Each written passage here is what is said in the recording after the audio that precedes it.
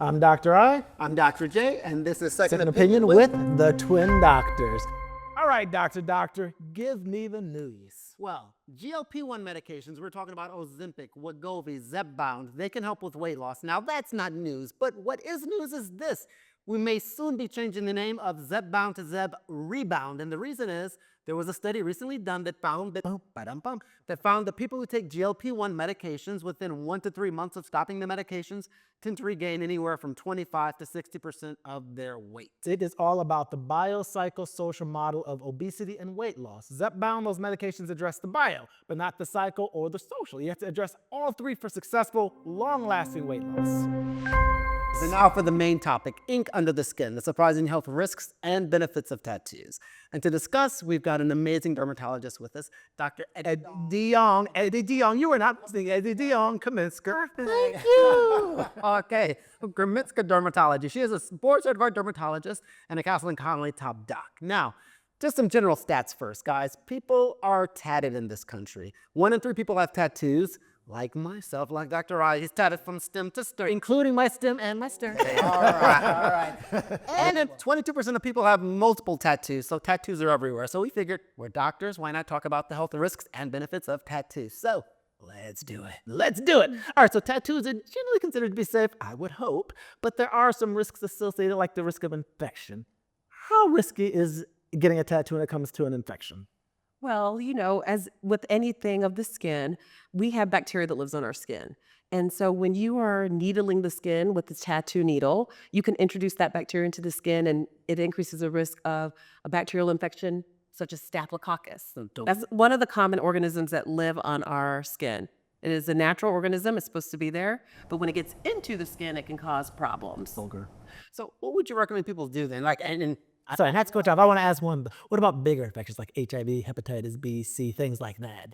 So what a great question. There have not been any documented cases of HIV with tattoo needling. So the risk is significantly low. It's theoretical, but it still exists, right? So tattoo contains, when you're tattooing the skin, you have blood. And if you are tattooing with a dirty needle, so it's very important where you go to get your tattoo. So no prison tattoos. No, we enter in prison, I guess. So you want to have, well, you can have clean needles in prison. It's just you need to have clean needles. You need to clean the skin properly before you get tattoos, and that decreases the risk of infection significantly. Oh, and I'm planning on going to prison, so thanks for the information. That's what everybody says before they go. All right, well, let me ask you this question. So I imagine most people, when they're getting tattoos, it's just spur of the moment. I know when I got my tattoos, I didn't give it any thought, I just did it. That's his life, that's his motto. I know, I just do it. I think somebody else stole that motto. But anyway, for people who have given it thought, you know they're gonna go get a tattoo. We talked about the risk of infection. Are there certain things that people can do both before and after to at least reduce the risk of infection? One of the things that you can do is taking a shower or bath, right, to cleanse the skin. It cleans the bacteria out of the skin. But usually when you go to a tattoo parlor, they will have a disinfectant. One of the most potent disinfectants that's over the counter is just rubbing alcohol. Really? And that can clear the bacteria off of the skin. Iodine is another common disinfectant that some tattoo parlors will use to cleanse the skin. I usually tell people not to shave before getting a tattoo because it introduces micro cuts into the skin. If they want to shave you at the tattoo parlor, then they immediately disinfect the area, so that decreases the risk, but I wouldn't shave preemptively. So shower and don't shave. Okay, all right. I was gonna say, they did shave me, but it was in the tattoo parlor, like she said. Okay, so what about this one? I've never thought about this, but it's actually kind of scary. What about an allergic reaction to the tattoo ink? Have you seen that? Does it happen? Is it a risk? It is definitely a risk, and I have seen it in my clinic. Not commonly. I usually see maybe 1 to 2 cases a year. And the most common pigment that induces an allergic reaction is red pigment or cinnabar. It's the other word for it is the main ingredient is mercury sulfide. Okay, all right. So the red, and that also red some are like the white ones too can be problematic, and especially in, oddly enough, sun-exposed areas.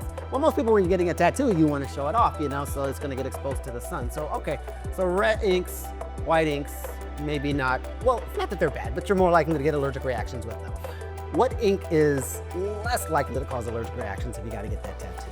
Black ink is the least likely to. Yeah, and it's funny. I actually read something that said that black inks are the most common inks used in tattoos. So maybe like intuitively we knew somehow that. Which I find strange because you think people want these big, vibrant, colorful tattoos, but maybe Well, I black think is the way they they use go. it for like tracing. Well, tracing the outline. outlining Okay, and okay. things of That makes nature. sense. That makes sense. Okay, another one that is scary that God never happened to me, but like keloid scarring, granulomas, things like that. Have you seen a lot of that? Is that a risk when you get a tattoo? Scarring is definitely a risk when you get a tattoo. And do you know what keloid scars are? I do. But why don't you tell the people? Okay. Just put me on the spot. It's like, I do not know. No. We're just OBGYNs. Don't pick on us. I'm not picking on you. I'm not picking on you. So keloids are excessive scar tissues. Scar tissue that has gone haywire. Okay. Okay. So it's part of your body's normal healing process, but it's just gone berserk, basically. It's not normal because it has gone berserk. Like, technically. Technically. So when you scar, the collagen rearranges itself. So there's an injury to the skin, the collagen rearranges itself. With keloids, the collagen keeps rearranging and goes out of control. And so they create these large, we call them plaques or nodules on the skin that are raised and thickened. And people don't like them. They can be itchy, very itchy. They can just, they don't look great. They don't look nice. And I feel like the tricky thing with keloids is it's kind of like you said, it's scarring. It's your body's reaction to an injury. So if you try and remove keloids, don't they typically come back a lot? They can come back. Yeah. They can come back. We typically don't like to cut off keloids if we don't have to because of that increased risk of them coming back. There are ways that we can treat them in the clinic, including cortisone injections. Oh. Now, will it get rid of the keloid or it just kind of Shrinks. It shrinks it. Once you have a scar, you can never get rid of a scar fully. Okay. And one other question, I'm sorry, I'm focusing on keloids now, but is it true? I thought I remember from medical school, but like I said, I'm just an OBGYN, so don't pick on me, but keloids typically are Just an OBGYN. No, just an OBGYN. Okay, I'm an OBGYN. Thank you. No. But do you typically see keloids waist up, or can you see keloids anywhere on the body? You can see keloids anywhere on the body. Okay. I have never seen keloids on the palms or soles. Okay. Or inside someone's mouth. We're gonna see that in your office tomorrow. Exactly. You just talked it up. But they can happen anywhere on the body. Interesting, interesting. So, okay, we've said that there's a risk of infection, a risk of allergic reaction, a risk of keloid scarring, things like that. Is there anything that people can do preemptively to maybe see if they're at higher risk for allergic reaction or potentially scarring? You mean like testing? Like you mean what? Like skin allergy testing, things like that? You can do it, we call it patch testing, but it's not truly patch testing. You can inject a little portion of the dye into the skin, underneath the skin, and wait. Typically, I tell people to wait at least 48 hours, if not 1 week, to see if you have a reaction. Okay. Sometimes with tattoos, you can have a delayed reaction. So it may not present in that 1 week time frame or the 48 hours. It can present a year later. It can present several months later. But would they have to get testing for each color they wanted to get in the tattoo, or just one dye sufficient? Each color you want to Each get in color. the tattoo. I say we're just OBGYNs, but you just said certain dyes are more allergic than others. Didn't she say that? I did. I had to ask. If someone wanted to get a red dye or a white dye, we talked about that. The white dye contains titanium dioxide. I would recommend those because those are the higher allergens. They have a higher risk of allergy. Okay, so if you're gonna get like a red tattoo, white tattoo, because those are more likely to cause allergic reactions, consider getting the patch test. Or if you're going to get a tattoo with lots of colors, if you didn't want to test each dye, I would definitely test the red or the white. The big offenders. The big that- offender. That makes sense, actually. That makes sense. Okay. All right. So another question I have is, there's metals in tattoos, right? You have your chromium and your cadmium and Cobalt. yeah, stuff like that. Do these metals typically just stay where the tattoo is? Does the ink just stay where the tattoo is? Or does it, tend to migrate over time? Usually the ink will stay where the tattoo is. Okay. Although there is some data that the ink can get taken away by our lymphatic system. Okay. There are cells in our body called macrophages that can take some of the ink and move it to the lymph nodes. Okay. Lymph nodes are a railroad way in our body that help clear toxins and things such as infections, toxins out of the body. And so those pigment from the tattoo have been found in lymph nodes. Okay. So Go ahead, you- Sorry, please. No, I was going to say, so my next question is, I'm starting to worry about myself. Yeah, with my tattoos. No, but my next question is, okay, Got so. ink all over. I'm right, I'm in trouble, I'm in trouble. And I'll tell you, outside. I've got like 5 tattoos, but this guy has got a tremendous number of tattoos. 16? Everywhere. I've lost count. I've lost yes, count. yes, I've yes, lost count. including some rather horrific ones, but that's another story for another time. I got cover-ups. Yeah, you did. It was the worst tattoo I've ever It was a horrible seen. tattoo. I will say it was, our grandmother passed. He wanted to get a tattoo for her, so he said, I'm going to get an angel. My But intention was good. his intention was good. It's going to be a female angel because it's our grandmother. So Duh. it's an angel with long hair, and it's kind of looking wistfully away. And it basically looked like It looked this like Jesus. weird, demented Jesus. It was like the weirdest thing ever. I said, Idris, you've got to get rid of that thing. At first, he's just like, it's 10 days later, the thing was covered up. But anyway, okay. So these inks get drawn into the lymph nodes. Is there any risk if you have these inks and these metals, and not just risks, is there any risk of cancer, I guess, that's what I really want to know. Is there any risk of cancer? We cannot say confidently that tattoo ink has been affiliated or related to cancer. Okay. All right. There are some studies that suggest that it may increase the risk, Yeah. but there are no firm studies that show it does increase the risk. Okay. But if the ink is going through the lymphatics, going through the lymph nodes, is that a good thing for your immune system? No, I'm serious. Or is it a bad thing for the immune system, or it really doesn't affect the immune system at all? It depends on the person. So everyone has a different immune system, and some people's immune system may be hypersensitive, right? So they may look at the ink and say, no, get out of here, and create inflammation. Yeah. Other people's immune systems will say, hey, no problem.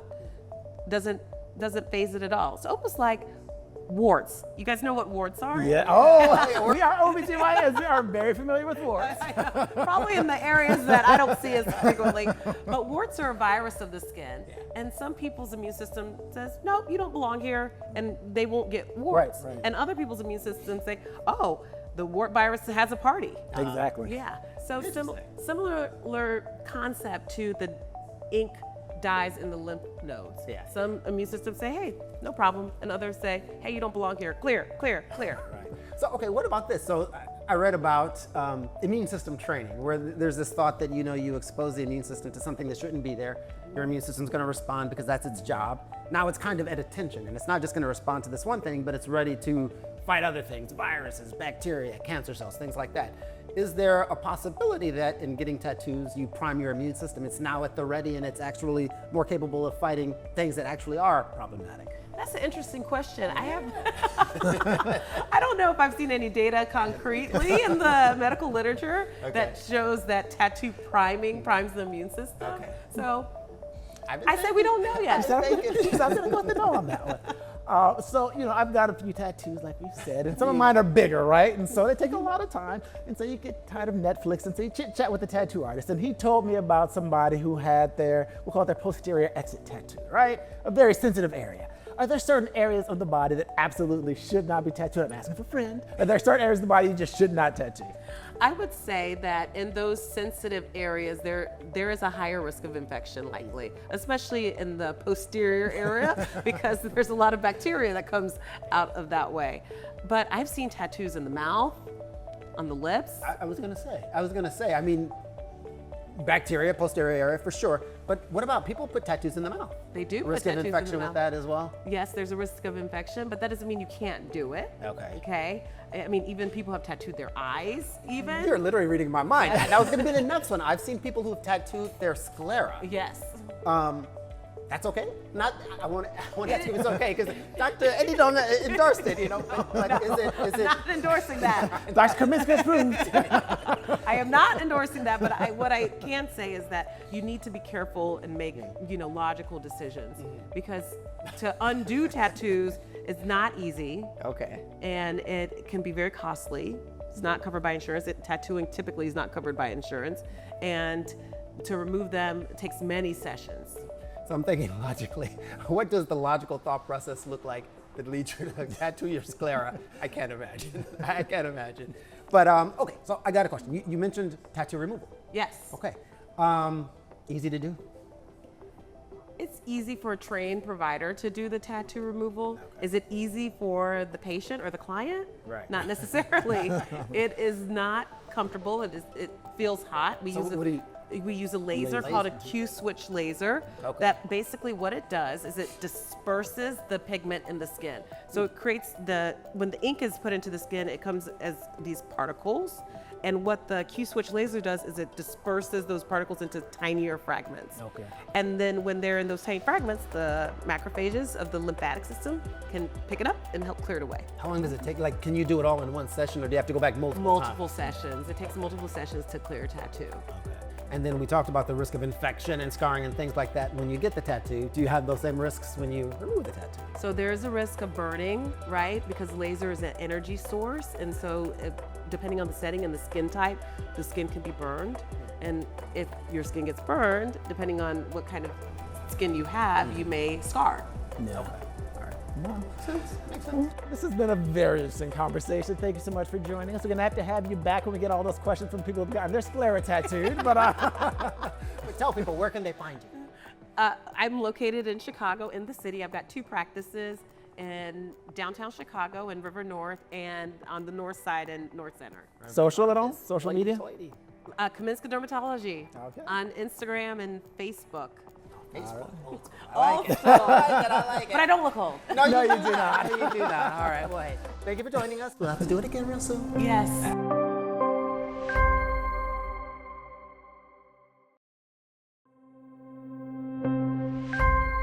Okay, so we just talked about some of the surprising health risks that you can see with tattoos, but now we want to flip the script. We want to talk about some of the ways that tattoos can be used to improve health and wellness, and we've got 2 amazing people here with us to discuss it. We've got Liliana Resnick. She is the owner and proprietor of Fancy Schmancy. It is a paramedical practice in Highland Park, Illinois. If you know anything about the Chicagoland area, it's very fancy schmancy. And we've got Vivian, who was one of her patients, and they've got some amazing stuff to share. So, I want to start by telling everybody what paramedical tattooing is, because I learned a lot about it researching the show, but why would I do that when we've got one of the best here? So please tell everybody, what is paramedical tattooing? So, as we know, we have permanent makeup category, everything that concerns microblading, eyeliner, and lips, everyone knows about it, but we have also paramedical. The paramedical, this is where we actually approach all the scars, stretch mark, vitiligo camouflaging, that it's autoimmune disease that people are having, and also areola 3D after mastectomies, or any type of correction after any type of surgery. Okay. Now, Dr. J's made some comments about some of my not so great tattoos. So, when it comes to cosmetic tattooing, there's some that are good, some that are bad. Paramedical tattooing, how do you get into it? Can anybody do it? Are there certifications, training? How did you get into it? So everyone can learn it if they want it, of course. There is a lot of permanent makeup artists that want to add this type of services to their clinics. I started as a medical esthetician back in the days because I knew that I want to be a medical tattoo artist. The reason why I wanted it's from my personal reasons that today it actually helps me to heal myself, but in the same time to heal others. So this is my passion. Now, regarding any type of certification, so it depends by the state because every state have different regulations. For example, in Illinois specifically, there's no a specific school that give you the certification because medical pigmentation or any type of permanent makeup falls under the category of body art. So this is something that we actually already dealing with the health department and by their requirements to have a license as a tattoo artist. But to have a specifically like a school like there is for an esthetician or cosmetologist, there is no such a thing. Yeah. Okay. So I was shocked when I learned about all of the things that can be addressed using paramedical tattoos. Like you said, scars from surgery, self-harm scars, burns, vitiligo, hair loss. Where were you last year before I took my trip to Turkey? But the thing that I think I was most astounded with was the use of paramedical tattooing for breast reconstruction after, well, not always after breast cancer, but most times after breast cancer and mastectomy. Can you tell us a little bit more about that? Yeah, so this field is very unknown. A lot of, unfortunately, people, the community is not aware how it actually should be or not educated. Unfortunately, there's no enough education to provide it for the community because the plastic surgeon, it's not their niche. Nurses, it's also another niche, and this is where actually the medical pigmentation art is actually coming in hand.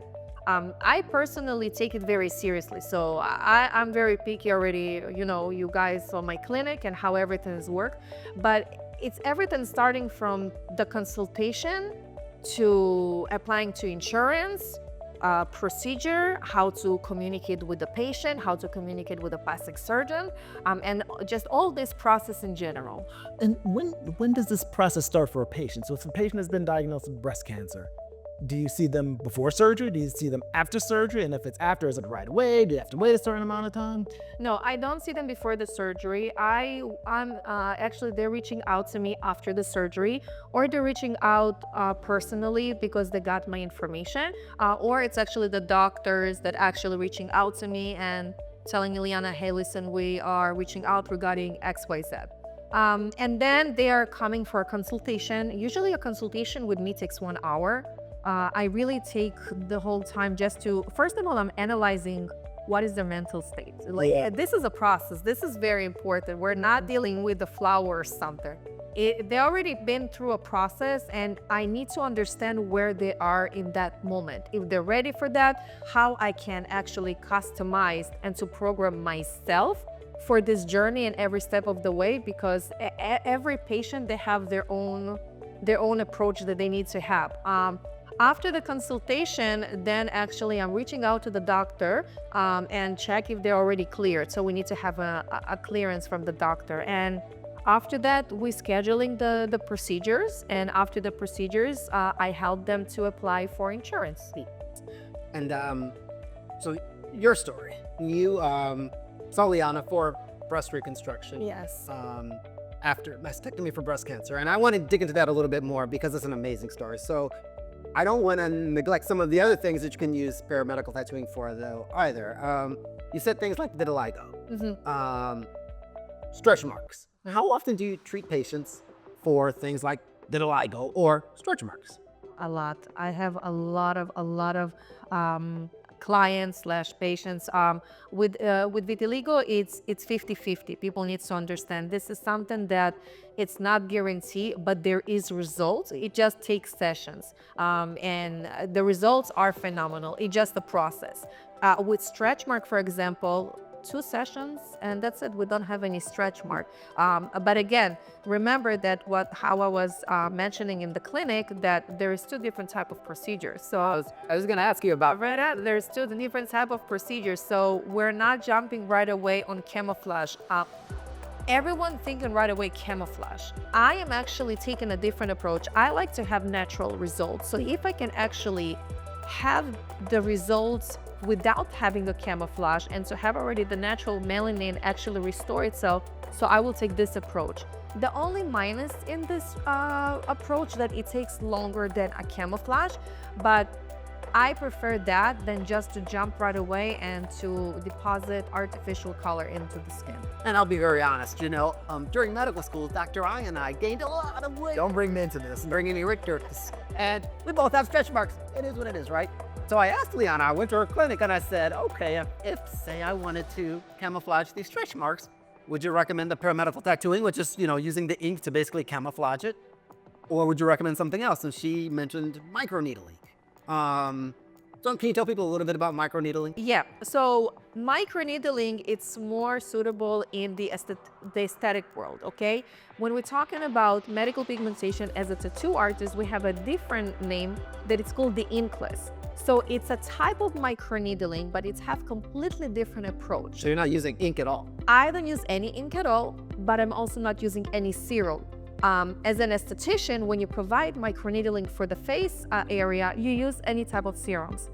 With the inkless, it's very different approach, and this is something that it's very good to know for the audience. If you are interested to have it and you're going to artists, if you see that they're using during the procedure actually a serum after they actually open the skin, it's not allowed in Illinois for tattoo artists actually to do so. We're able to do a dry needling, a dry tattoo, to be able to approach the scar and the texture and the stretch mark as is.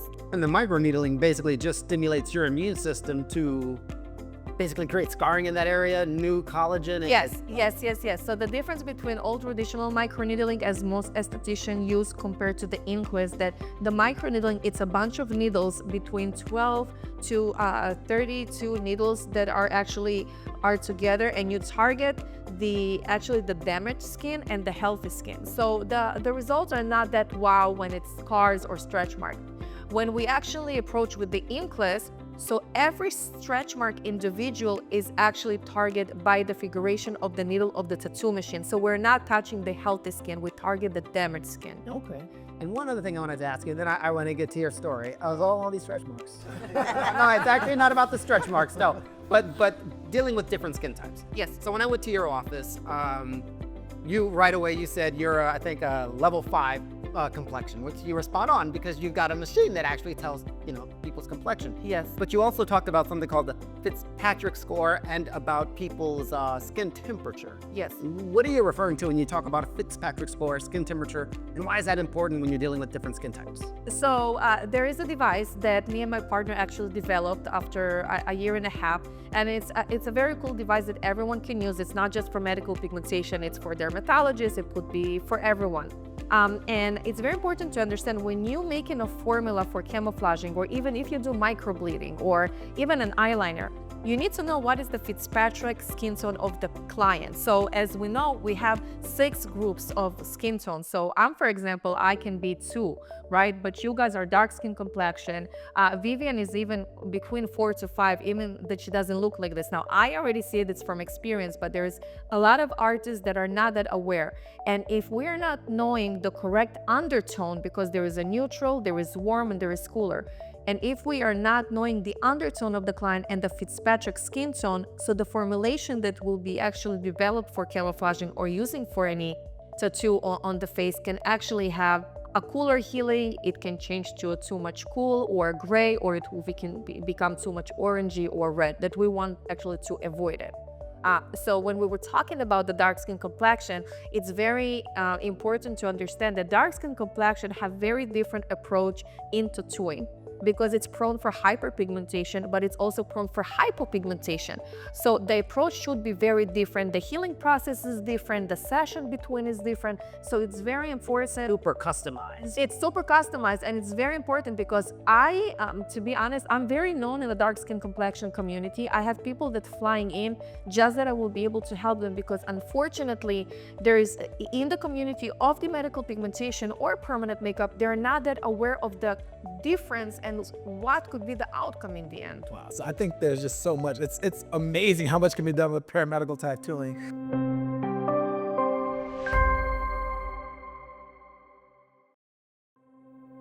I want to come back a little bit to the brush reconstruction and the areolar restoration.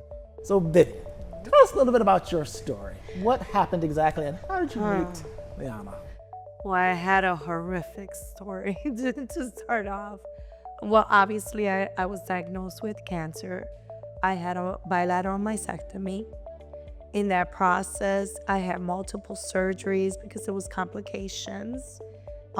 Even the implant burst, I had to go back into surgery. So I had a lot of scarring. My skin died as well. So it was very traumatic for me, mentally and visually. So as the process was taking place, I was like, okay, what do I do next? I need to do a tattoo. I need to do something. I wasn't aware of the tattooing that she does. Okay, I was gonna ask you. You said I need to do a tattoo. So, like, were you thinking just like cosmetic tattoo, just to kind of cover it up? Oh. Yeah. So just like a design or something. Yeah. Not So I for a was medical thinking maybe tattooing. some flowers, something in that area. But for me, it was a little different because my areola was not kept Yeah. So because there was cancer. Oh, so there was cancer in the nipple, and they had to remove the nipple. Well, So that was traumatizing for me as a woman.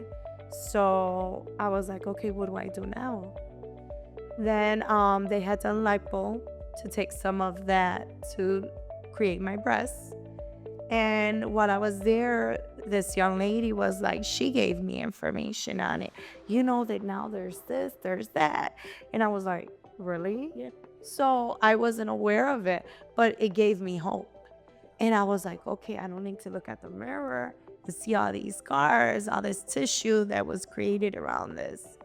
So I went and I seen her. And from the beginning, I was so happy when I went home. She took the time to explain everything to me, to show me other patients. And I was like, hey, I could do this. I could feel myself again.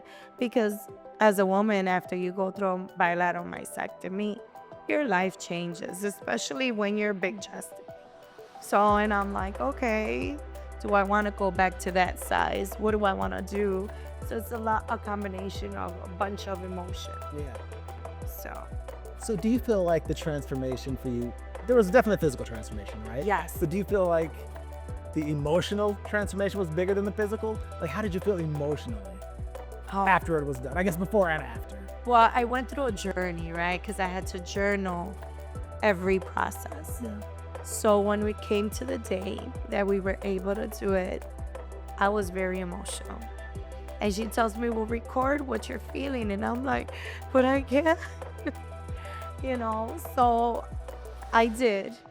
And I think that was part of a healing for me as well, because I couldn't believe I was actually going to see something and not feel any complex, I would say. So when we were done and she's like, okay, stand up, look in the mirror, I was like, wow, I'm alive again, as a woman, because for some people that doesn't matter, but from someone that was very big chested, it was like, okay, what do we do now? And I chose to go smaller because that also brings back pains and things like that. But again, it was just a mental thing for me, a visual thing for me. I was single at the time, so it didn't matter. But now I just told her today I'm getting ready to embark in marriage. Congratulations. So that's another season. Okay, am I gonna be able to disclose myself? And it looks real. Honestly, it looks real. It looks amazing. So you feel whole again. She shared some of the results with me, and it's amazing. No, Yeah. it truly is amazing. You see the before pictures when there's, the scarring, and you see the after pictures, and you truly wouldn't know. I know. Anything was done. As a gynecologist, we look at breast all day, right? Right. Look at what we do, and looking at the pictures after, I'm like, I don't know if it's maybe the picture's small, but I really can't tell the difference. Like, I'm really looking, like it looks changes. so real. The 3D effect is amazing. I literally was gonna say it's that 3D effect. Yes. Yes. Because when I'm picturing, now I'm a horrible artist, so anything I picture in my head, Stick figures. just standpoint's gonna be bad. But I'm thinking like how, I just picture this 2D circle, but the 3D effect, which we're gonna have to come out someday, you're gonna have to show us how you do it. It truly adds this depth that makes it look so real. Yes. Yeah. And see, that's the thing. When I went to her, I didn't know how real they will look. Yeah.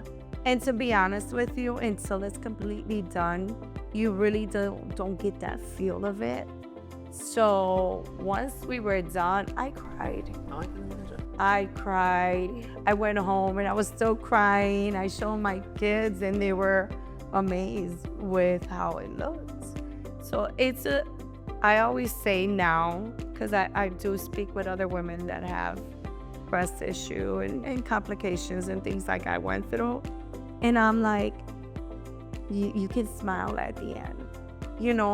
As you're going through it, of course, there's going to be emotions.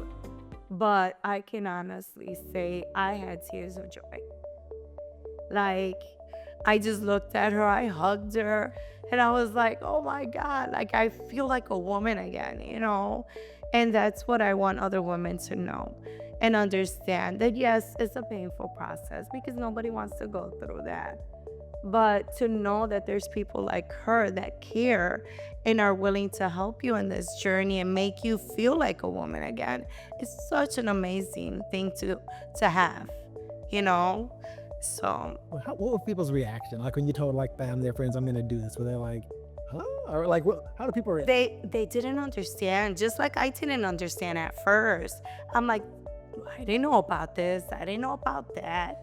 So I sat down and then we had our girl powwow, you know, and everybody's like, well, are you going to show me or this? And I was like, well, you know what? Here, look, you know, but it took time to do that. And again, that's with your girlfriends. Now we're talking, I'm going to a different setting now. And I'm like, okay, Lord, am I ready for this? So I just told her, I want to touch up, freshen it up before I take that process. So, but I would recommend this to anyone going through this situation, because again, the mind really plays tricks on you, and you want to know that you can feel complete and whole. So To a large extent, we are what do we feel we are. yeah, You know? yeah, And what do we see when we look in the mirror, I think, is what we tend to project to the world. yeah, So other people may look at you and say, like, oh, you're fine. But if you don't feel that, if you don't see that, you don't project that, you don't feel it, you know? One question I'm sure patients are going to want to know, is it covered by insurance? Oh yeah, 100%. So, it's by the law, by the Woman 1988 or 1998, if I'm not mistaken, by the organization. It's by the law that everyone that had any type of mastectomy, any breast cancer, areola, should be covered by insurance. Now, if it's 100%, it already depends on the deductible, of course. But all of my patients, there was no any case that there is no even such a thing, and I even don't take it even as an option. If there is any issues, I already called right away. Like, the insurance is actually already reaching out to me just to check a few things. They already know about me, so when they see, actually, I was reached out by Blue Cross Blue Shield, and it said, listen, we just want to let you know that your name is already here. You're already like legit. So when we see a patient from your name, it's all good. So it's covered by insurance. Yeah, I didn't know that. I learned that. And it's a blessing. That's great. I'll have to tell you guys, this has been an amazing conversation. I think that people will find your story inspirational. They will find your work to be amazing, because it is. Where can people find you guys? Well, I'm in Highland Park, Fancy Schmerzi. You can see me on Instagram, on Google, and with you guys also on Instagram. So you can find me. You can find me. Anything you want to share in terms of just don't give up. Advocate for yourself as a patient. Don't be a number to a doctor. Just speak up for yourself, you know? Well, thank you so much for joining us. For us, guys. Thank you for having us. Today we had amazing conversations with Dr. Kaminska, Liana, Vivian, and this appointment is almost over. But first, our prescription TikTok. See this term all over social media, Ozempic face. What is that, and why do people think that a GLP-1 changes somebody's face? Well, it's not the GLP-1, it's the drop of rapid weight loss or significant weight loss. And why is this? Because of not eating enough protein. So as you lose, if you're losing muscle because don't have enough protein in your diet while on this medication, you're not only gonna lose muscle, you're gonna lose hair, you're gonna lose elasticity in your skin, because we need protein to make collagen, elastin, right? Also, you need muscle to fill the gaps of the fat loss, right? The goal here is not skinny, it's strong, it's fit. So you need to fill those pockets with muscle. Now, if you're not losing muscle by increasing your protein intake, then you're gonna make enough collagen. You're losing weight slowly, so you're allowing your skin to adapt to the changes. But if you lose weight rapidly, it means that you're also losing muscle. It means that don't have enough protein in your diet, so you're not making collagen and elastin. It turns out that Ozempic face isn't really Ozempic face. It's basically rapid weight loss face. What happens is when you lose weight quickly, you don't just lose fat. That's the desired effect. You also lose muscle and protein in the skin, and that's what gives you that sunken in, drawn in face. Exactly. So when you're losing weight, no more than 1 to 2 pounds per week, and you want to eat 1 gram of protein for every pound of body weight. That way you're not protein deficient. If you keep up the protein, slow pace of the weight loss, you will avoid Ozempic face. And with that, this appointment is now done. As you make your way to the waiting room, please stop by the receptionist. Yes. And don't forget to make your next appointment for a second opinion with the Twin Doctors. I'm Dr. J. I'm Dr. I, and we are the Twin Doctors, and this is Second Opinion.